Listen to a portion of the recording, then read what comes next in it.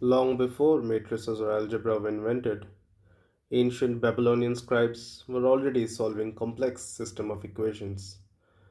But they didn't have symbols like x and y.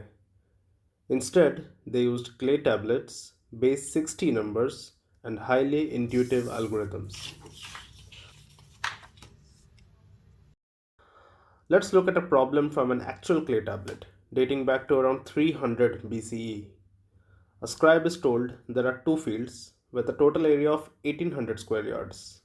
One produces two-thirds of a bushel per yard, the other produces one half a bushel. The total yield is 1100 bushels. The question is, how big is each field?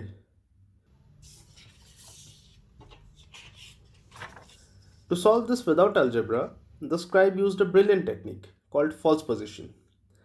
They started by making a simpler fake assumption. They asked, what if both fields produce grain at the lower rate of one half bushel? If that were true, the total yield would simply be 900 bushels.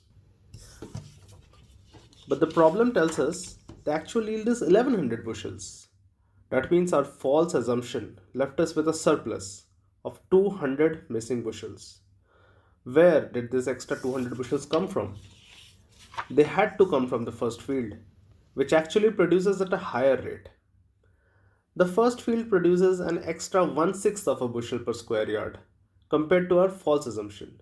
So to make up that 200 bushel surplus, the first field must be 1200 square yards.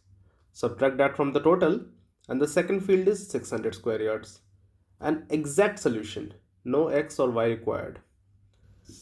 Today, we'd set this up as a system of linear equations or represent it using a matrix. But the Babylonian algorithm reveals the exact same proportional logic, just spoken through words and geometry instead of abstract symbols. By 200 BCE, mathematicians in Han Dynasty China were tackling even larger systems of equations.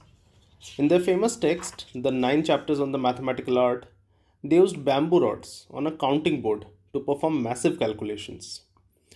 Chapter 8 introduces a problem about three types of corn.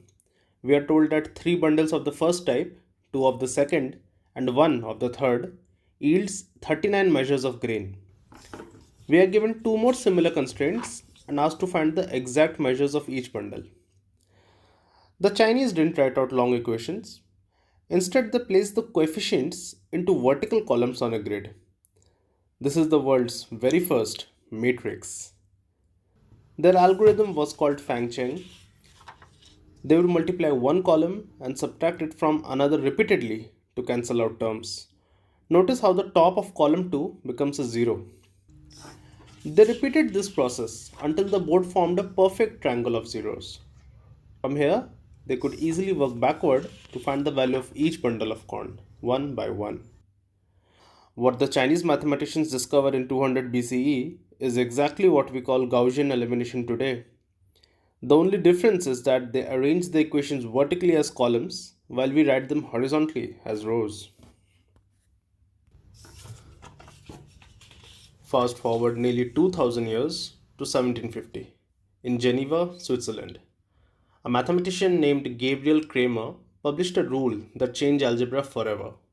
But he wasn't even trying to invent linear algebra. Cramer was studying algebraic curves. To find a specific curve that passes through three coordinates, he had to solve massive systems of equations to find the unknown coefficients a, b, and c. While manually solving these systems, Cramer noticed a beautiful pattern. He found he could calculate a main denominator by taking a sum of products from the coefficients. Notice how these numbers form a distinct pattern. This evaluates to minus 2. To find the value of a, he simply replaced the first column of the coefficients with the constants from his equations and ran the exact same calculation. Then he divided the two results. Minus 2 divided by minus 2 is 1, so a equals 1. He repeated his swapping tricks for b and c, finding the entire curve equation without doing any messy algebraic substitutions. What Cramer discovered is what we now call a determinant. But Cramer didn't name it that. In 1801, Carl Friedrich Gauss used the Latin word determinants to describe a different property. It wasn't until 1812 that Augustin Louis Cauchy borrowed Gauss's word and gave it to Cramer's arrays, formally birthing the modern determinant. So we have seen how the Babylonians, Chinese, and Cramer used arrays of numbers to solve specific word problems. But when did matrices actually become matrices?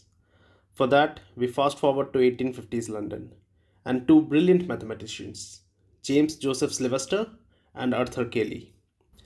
Up until this point, nobody cared about the grid of numbers itself. They only cared about the single number you could calculate from the grid, the determinant. But Sylvester realized the grid itself was important. In 1850, he coined a new term for it, a matrix. It comes from the Latin word for womb. Why? Because Sylvester viewed the grid of numbers as a pregnant block of data from which you could extract smaller determinants. A matrix was the mother of determinants.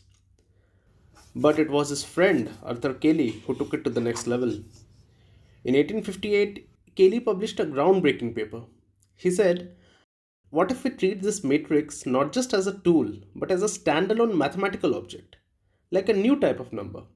He defined exactly how to add, subtract, and multiply them. Cayley discovered something shocking. These matrices behave like normal numbers in many ways, but they broke one of the most fundamental rules of math. If you multiply matrix A by matrix B, you don't get the same result as B times A. It was one of the first times in history that a non commutative algebra was formalized. For nearly a century, matrices were just an elegant mathematical abstraction. Multiplying large grids of numbers by hand was simply too tedious for everyday practical use. But then came the electronic computer in the 1940s. Computers are built to add and multiply rapidly, making matrix algebra the perfect native language for machines. Today, matrices run our digital world. Take 3D graphics for example. When you rotate a character in a video game, the computer multiplies millions of 3D coordinates by a single transformation matrix to calculate their new positions instantly. And the ultimate application is artificial intelligence. A modern neural network is essentially a massive chain of matrix multiplications. The intelligence of an AI is stored entirely within gigantic weight matrices. Thank you very much for watching, and until next time, farewell.